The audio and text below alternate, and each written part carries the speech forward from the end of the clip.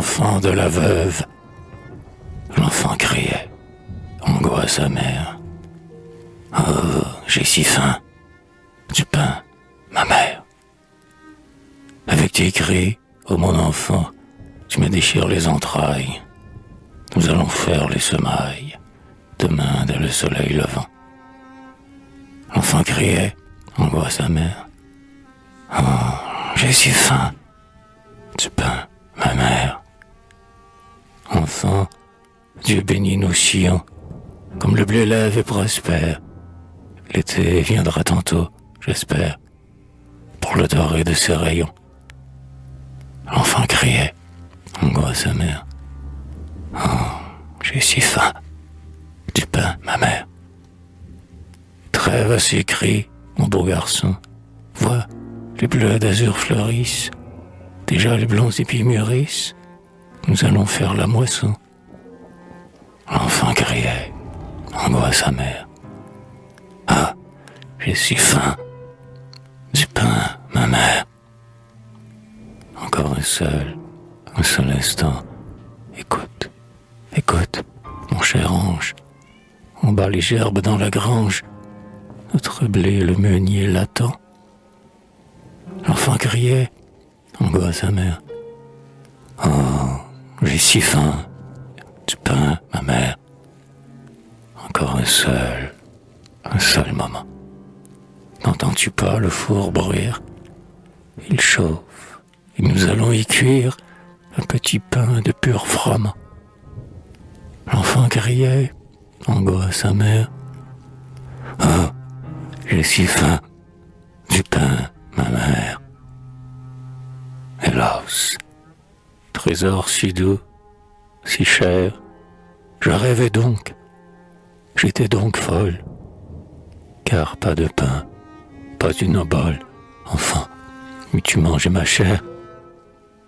Et le petit, angoisse amère, ne criait plus. Oh, pauvre mère.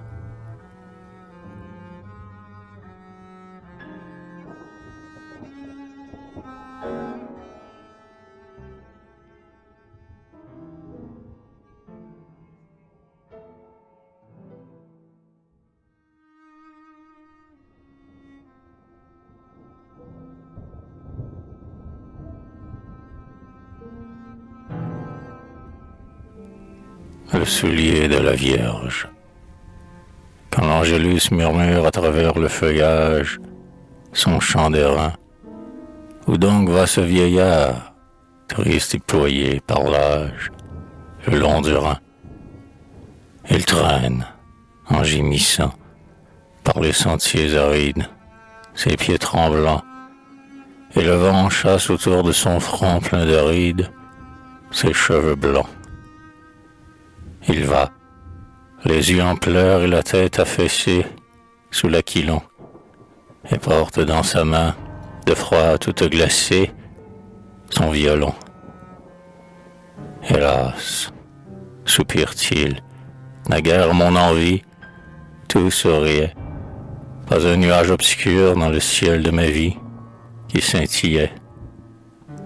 L'espérance émaillait toute ma fantaisie, et ses couleurs, et ton rosier pour moi toujours, aux poésies, avait des fleurs. Libre et loin du chemin des ambitions viles et des méchants, j'allais dans les châteaux et dans les grandes villes avec mes chants. Alors autour de moi c'était un vrai délire, car mes refrains rendaient la joie au cœur et rendaient le sourire au front chagrin. Et maintenant je vais triste et seul sur la terre, sans avenir, et nul ne garde plus du chanteur solitaire un souvenir. Car ma voix est cassée et tremble de vieillesse, comme ma main. Et quand je veux chanter, la foule qui me laisse va son chemin. Or, en parlant ici, le bon vieillard arrive, tout défaillant, auprès d'une chapelle assise sur la rive du Rhin bruyant. Chapelle humble et rustique, où toute âme qui saigne et vient à Dieu trouve l'oubli du monde et cette paix qui règne dans le saint lieu. Sur son autel sourit l'image de la Vierge, si tendrement, et de chaque côté brûle dans l'ombre un cierge, tranquillement. Le ménestrel s'arrête au seuil, ce signe est pris en sanglotant. Ayez pitié de moi, bonne Vierge Marie, que j'aime tant. Mère des affligés, vous voyez ma détresse et mon émoi. Vous, pour tous les malheurs si pleins de tendresse, secourez-moi. Puis, réveillant avec ses mains de froid roidi son violon, il fait gémir la voix des cordes engourdies par l'aquilon. Quelle plainte lugubre en sort, et quel poème désespéré. Un tigre du désert, une pierre elle-même, en eût pleuré. L'archet s'arrête. Au fond de l'église bourdonne le chant encore, et l'image au vieillard fait un signe et lui donne son soulier d'or. Il tombe à 2 genoux, mais la Vierge rassure sa crainte enfin, et le voilà qui prend la petite chaussure faite d'or fin. Dans Mayence le soir il descend, pris de fièvre et mort de faim. Voulez-vous acheter ce soulier, maître orfèvre? Il est d'or fin. Et l'orfèvre au vieillard qui de plus en plus tremble, d'or, en effet, car je dois en savoir quelque chose, il me semble, moi qui l'ai fait.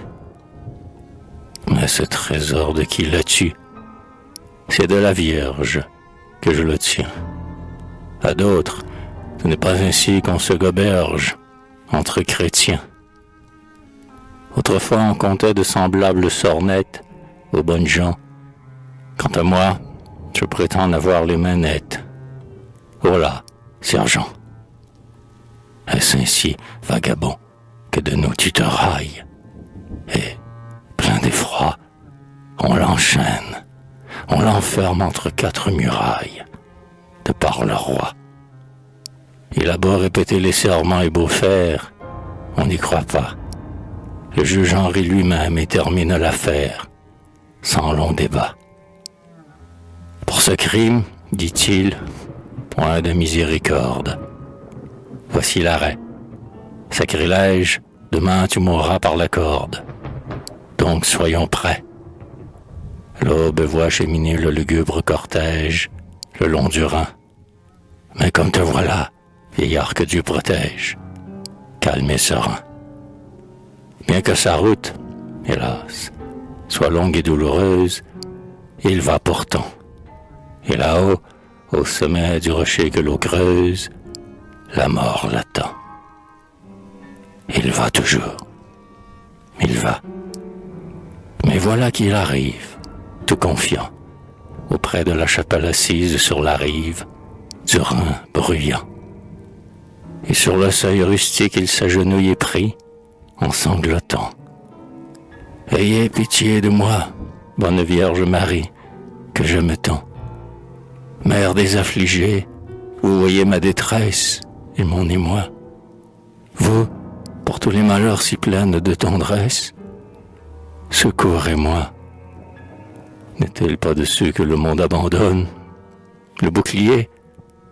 Au miracle, voilà qu'au vieillard elle donne l'autre soulier.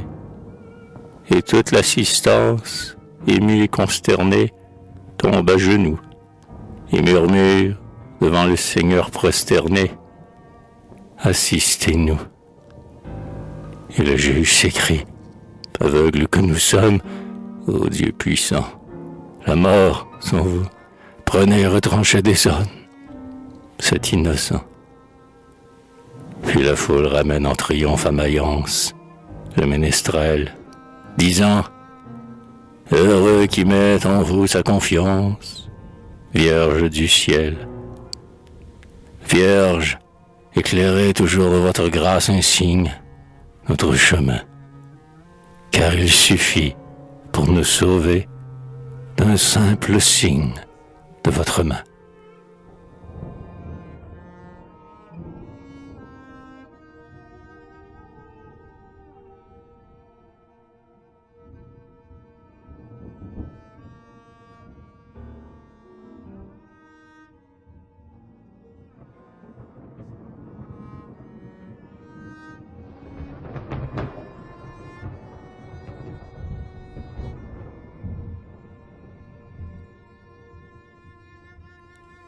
Les 3 balles de Chamille. Le bon Chamille tenait 3 balles à la main. Il dit à la première, « Ma belle, que veux-tu? Car je reprends demain ma route coutumière. » Oh Chamille, qui ne craint l'enfer ni les démons, canon, fusil ni lance, je veux frapper au cœur un loup cervier démon qui par les bois s'élance. Bon Chamille tenait 3 balles à la main. Il dit à la seconde, « Et toi, car nous allons à la chasse demain, si le ciel nous seconde. » Vaillant Chamille, que rien n'a jamais effrayé, dans la plaine âpre et chauve, je veux frapper au front un grand tigre rayé, un tigre noir et fauve. Le bon Chamille tenait 3 balles à la main, et dit à la troisième, « Et toi, car nous fauchons avec la mort demain, le beau grain qu'elle sème. Je voudrais, ô Chamille, je voudrais t'assister dans tes brusques attaques, et te voir seul avec ton sabre et démonter tout un pulque de cosaques. »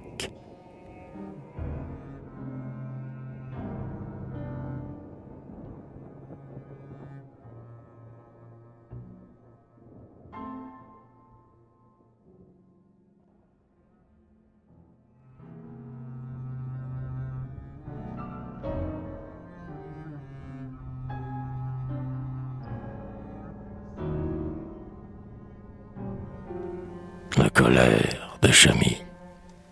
Le bon Chamille, debout à sa fenêtre ouverte, l'œil tourné vers le nord, dit au Couban, « Pourquoi j'ai mis ton nom de verte, et quelle plainte en sort ?» Le bon Chamille, debout sur le seuil de sa case, tourné vers l'Orient, demande, « Où volez-vous, ô vautours du Caucase, qui passez en criant ?»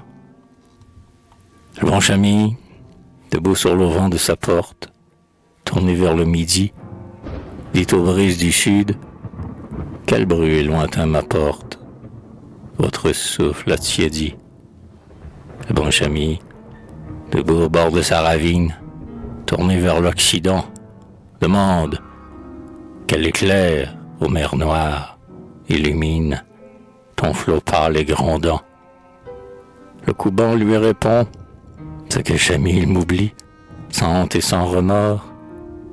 Le Danube, ô Chamille, vois comme il m'humilie. Il roule seul les morts.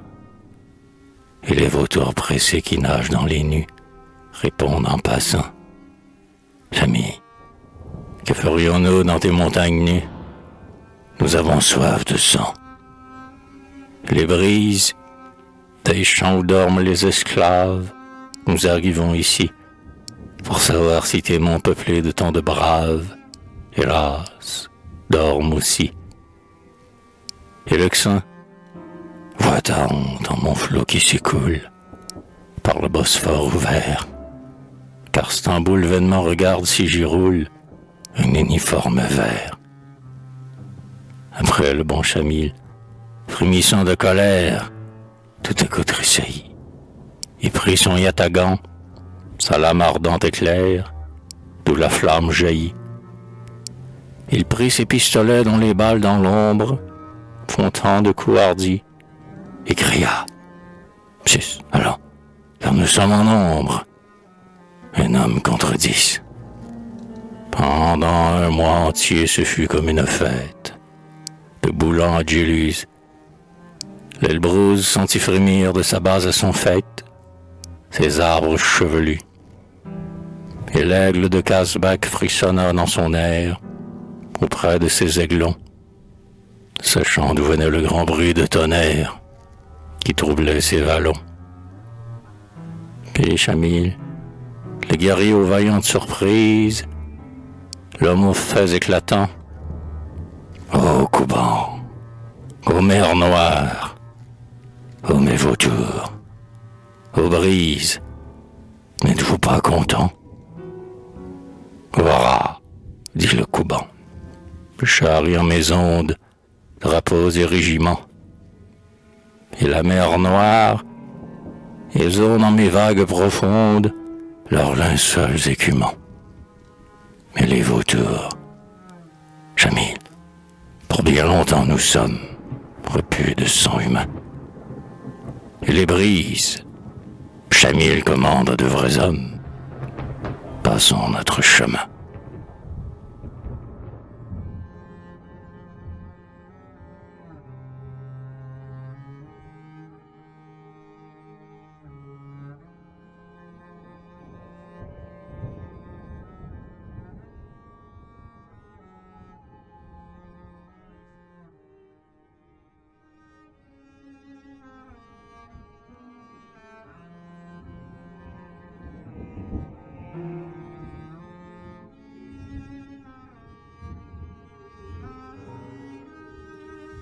Le petit frère. Où donc, ma mère? Où donc est-il, mon petit frère? Sous les branches du vieux tilleul, autrefois nous jouions si gaiement, oh ma mère, et maintenant je suis tout seul. Oh, quel plaisir c'était d'être ensemble, oh ma mère, de rire et de jouer toujours. Où donc, ma mère? Où donc est-il, mon petit frère? Je l'appelle en vain tous les jours. Regarde, enfant, là-haut ces nuages étranges. Je sais, elle est bien loin au-dessus. Ton petit frère est là qui joue avec les anges. Et le petit enfant Jésus. Tu sais comme il était pieux, docile et sage. Chacun des anges le savait, qui, lisant tout le jour, son cœur sur son visage, veillait, la nuit, à son chevet. Or, à l'enfant Jésus, ils s'en furent le dire, et le bon Jésus leur parla, qu'on aille le chercher bien vite. Je désire qu'on m'amène cet enfant-là. Aussitôt, déployant leurs ailes rayonnantes, les beaux anges s'en vinrent tous, et firent, au milieu des herbes frissonnantes, un petit lit moelleux et doux. Là-bas, dans le jardin du calme cimetière, là-bas parmi ces tertres verts, où, comme pour prier, toutes ces croix de pierre tiennent leurs bras toujours ouverts. Puis à ton petit frère, attiré sous les branches, au cri de leur essaim joyeux, ils apparurent tous avec leurs robes blanches, les beaux anges venus des cieux. Et, se rangeant en cercle autour de lui dans l'ombre, se mirent à chanter tout bas, à lui parler du ciel et des bonheurs sans nombre que la terre ne connaît pas, du paradis où Dieu fait croître tant de roses pour fleurir éternellement, et des étoiles d'or, ces autres fleurs écloses dans le jardin du firmament. Si douce était leur voix, leur musique si douce. Ton petit frère, en l'écoutant, ferme ses beaux yeux bleus et s'endort sur la mousse, au milieu du cercle chantant.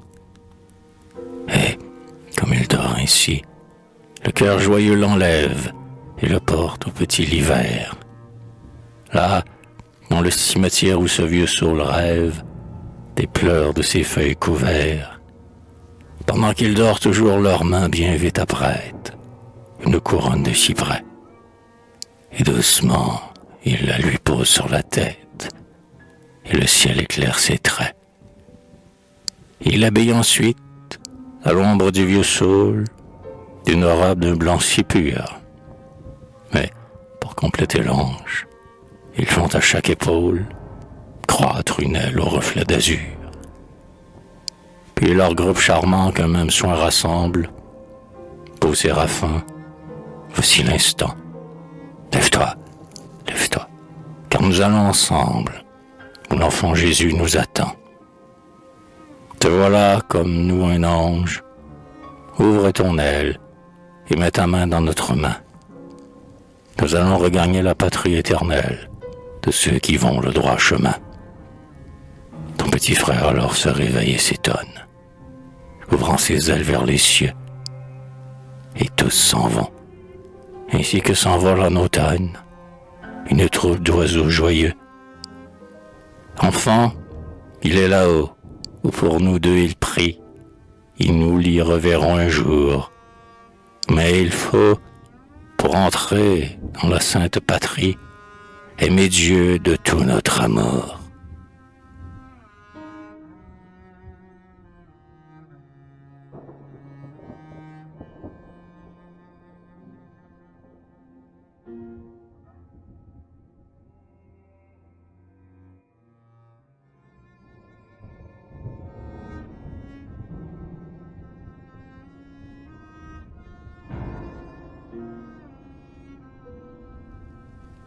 Origine du trèfle épineux.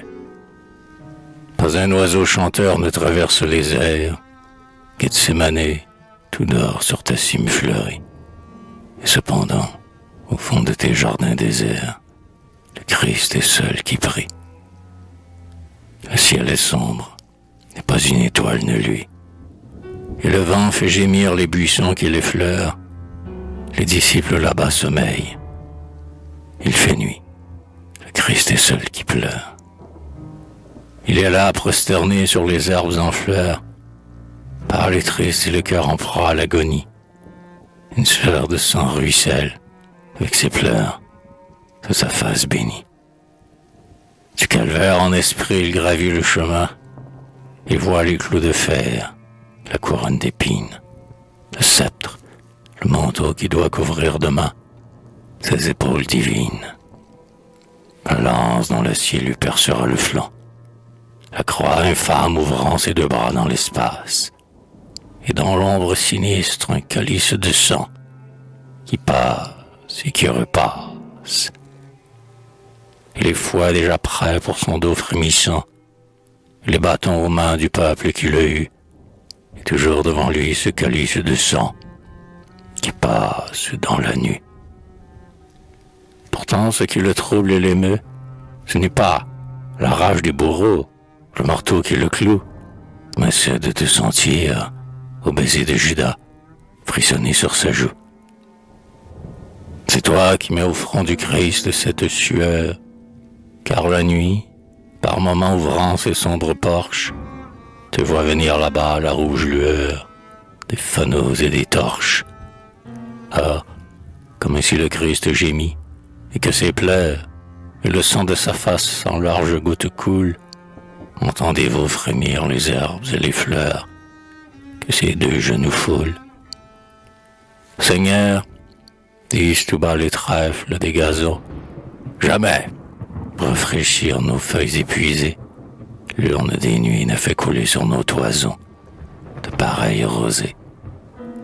Ce n'est donc pas assez des larmes de vos yeux, perles qui suffiraient pour ajouter le monde. Voilà que votre sang, trésor plus précieux, ô maître, nous inonde. Du moins si nous avions des lèvres pour baiser, des mains pour recueillir, hélas, ces saintes gouttes, un cœur où nous puissions, mon Dieu, les déposer et les conserver toutes.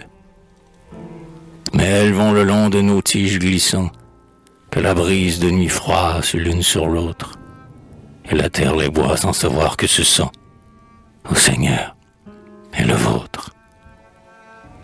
Alors le bon Jésus, touché de leur pitié, regarde avec amour les douces suppliantes, qui de son deuil divin demandent la moitié, triste mais souriante. En souvenir de moi, leur dit-il, désormais, du sang du Fils de l'homme, oh, conservez la trace, sur vos feuilles qu'il reste emprunt à tout jamais, et que rien ne l'efface. Que chacune de vous, fleur que bénit ma main, autour de son calice ajuste un diadème, fait d'épines et pareil à celui que demain, je porterai moi-même.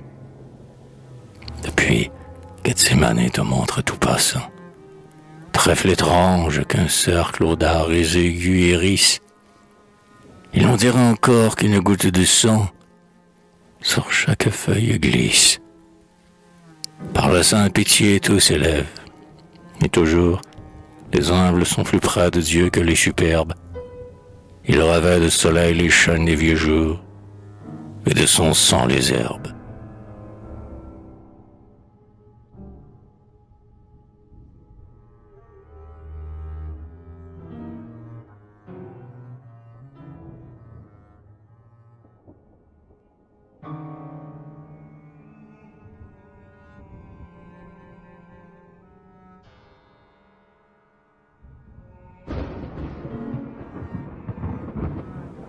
L'armurier de Delhi.